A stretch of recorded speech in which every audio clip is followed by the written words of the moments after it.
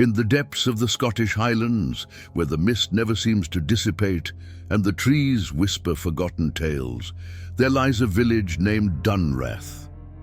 Tucked away amidst moss-covered hills and dark lochs, Dunrath is a place time seems to have forsaken, as if modernity dared not venture there.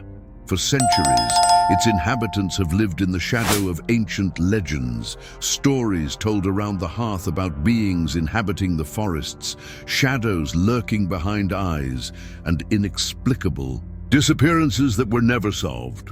In the autumn of 1996, 28-year-old librarian Clara MacLeod moved to Dunrath to assume the role of guardian of the village's ancient library. A building that was once a monastery, and, according to the elders, a point where the boundaries between the world of the living and the dead become thin. Clara never believed in the local stories, seeing everything as mere superstition from an isolated village. But reality would show that these legends had a dark, real foundation. On her first night, as she organized yellowed and dusty manuscripts, Clara heard something strange. An almost inaudible whisper coming from the attic window. The heavy fog made the moonlight appear diffuse and unsettling. The whisper carried a word that seemed ancient, perhaps a name, but Clara couldn't understand it. Intrigued and a little frightened, she tried to ignore it, telling herself it was just the wind. However, over the following nights, the whispers returned, each time more intense, accompanied by an odor of wet earth and something resembling rust, a palpable presence that chilled her to the bone. A few days later, the first disappearance occurred. Mr. Angus McGregor, a village hunter over 70 years old, known for his exaggerated stories about forest creatures, went hunting in Glenhallow Wood and was never seen again. Searches were conducted, but nothing was found.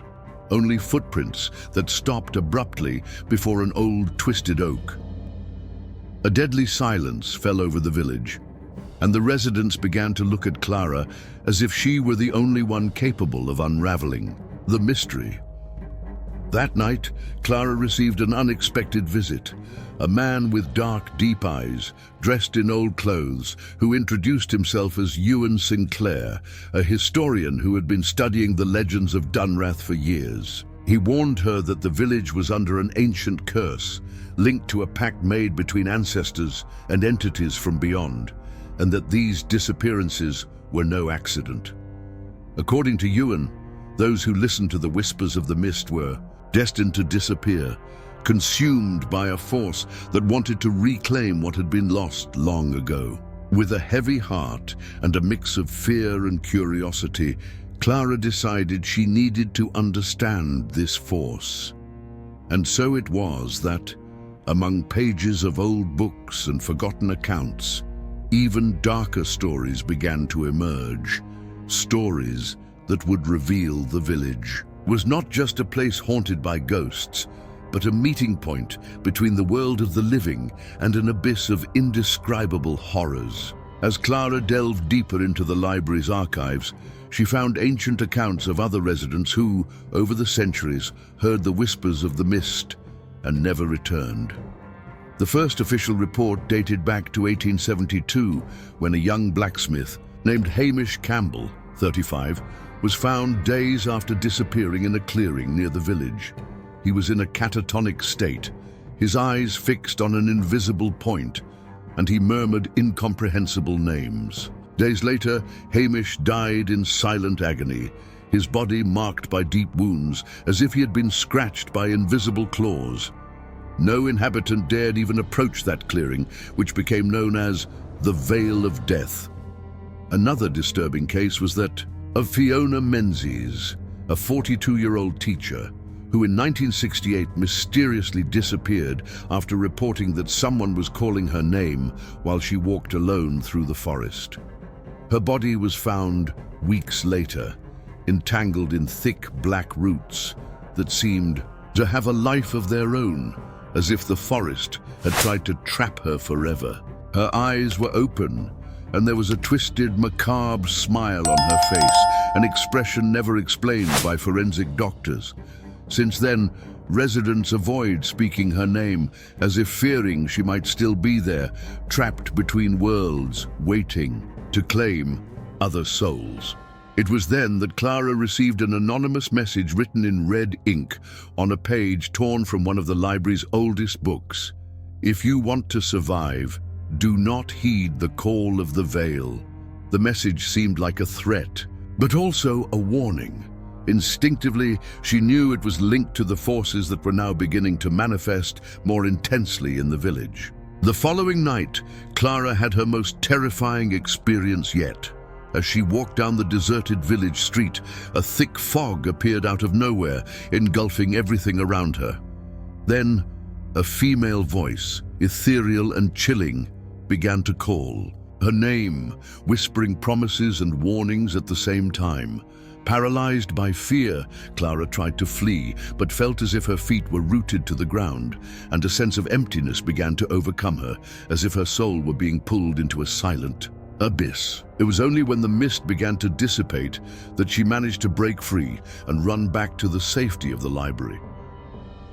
Ewan appeared soon after, bringing with him an ancient amulet, a talisman that he claimed could protect against the influence of the veil of death. "But it's no guarantee of salvation," he warned.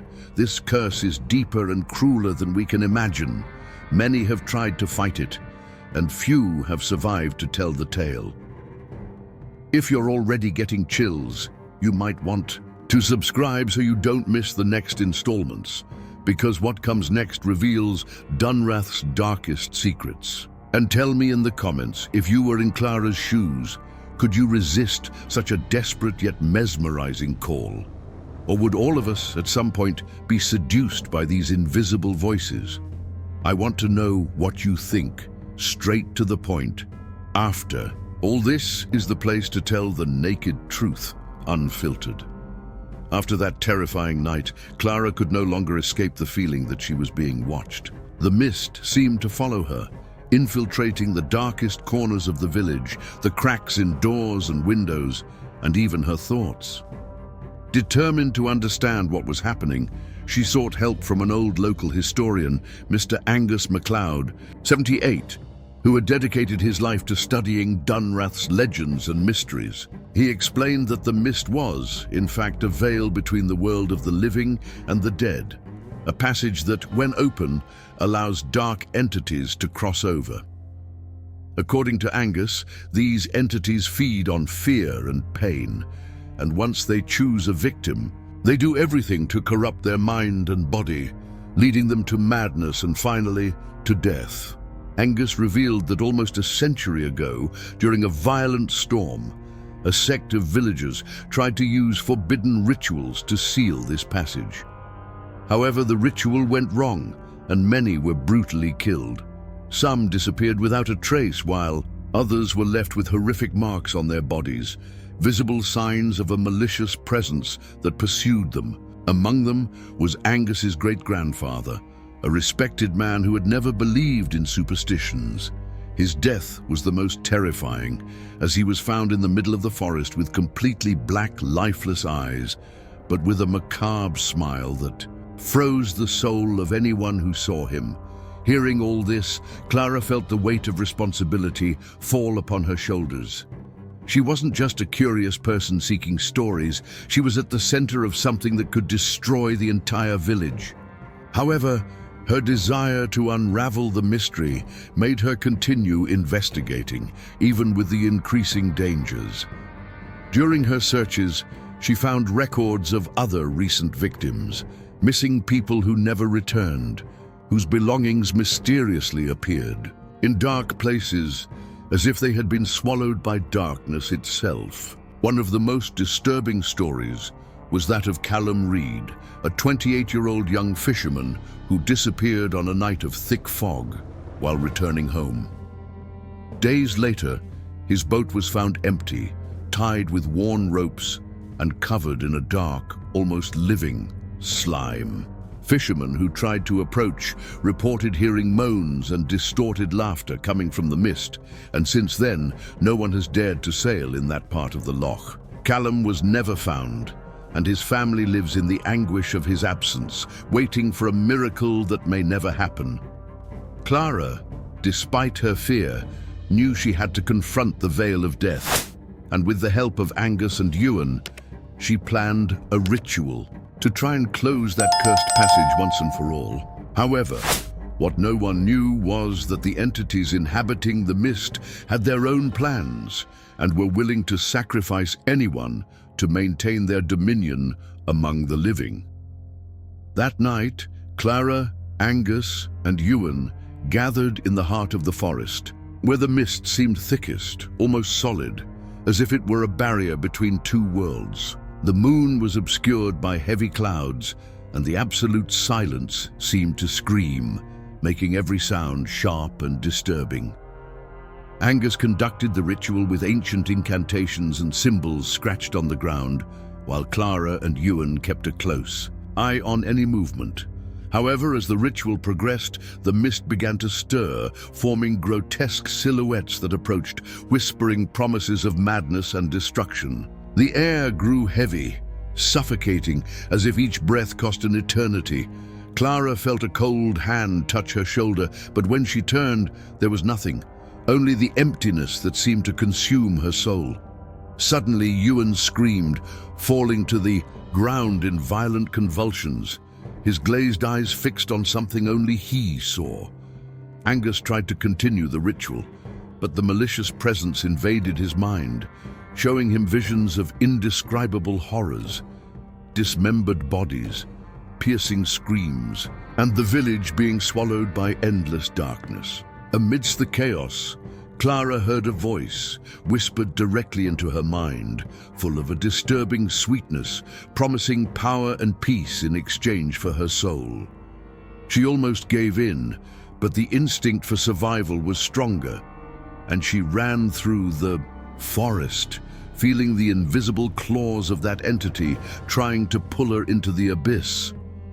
When she finally emerged from the mist, she found Ewan motionless, lifeless, and Angus, with tears in his eyes, warning her that the mist would never be completely closed. It would only slumber, waiting for its next chance. That morning, Clara returned to the village, carrying a fear that wouldn't let her sleep. The mist was still present, but now with a strange glow, as if lurking, waiting to strike again. She knew it wasn't the end, and that others would pay the price for the awakening of that evil. The mist continued to envelop that forgotten village, like a veil of terror and mystery that wouldn't dissipate. Clara knew that the fight against that shadowy entity was endless, and that the only way to survive was to never let the mist fall upon the innocents again. But beyond the fear, there was the certainty that stories like hers needed to be shared, so that no one would be alone in the face of the inexplicable. And speaking of which, if this story has already sent shivers down your spine, here's an unconventional invitation. How about you leave a comment below about which part made you most uneasy, or if you've ever felt something similar in your own life? It doesn't have to be just a liked or enjoyed. I really want to know about your feelings, your theories, even that shiver that just ran through your body. This exchange makes all the difference for our community, because here, fear becomes a bond that unites us. And if you're not yet subscribed, take the opportunity to join this journey, because here, the stories are as real as the fear we feel when the lights go out. And to close, I wanted to say that this is not just another horror story. It's a reminder that the unknown lurks in corners we don't even imagine, and that courage isn't always enough to protect us from what's lurking. So if you have any experience that defies logic, any encounter with the inexplicable, share it with us. Your stories might save someone, or at least show that we are not alone in this darkness that inhabits the world. Thank you so much for being here until the end of this narrative. I hope you felt that chill down your neck, that delicious fear that only good stories can awaken. Don't forget to subscribe because there's much more coming. Stories that will captivate you, frighten you, and make you think. And of course, share this video with someone you know who isn't afraid to face the unknown. See you on the next dark adventure.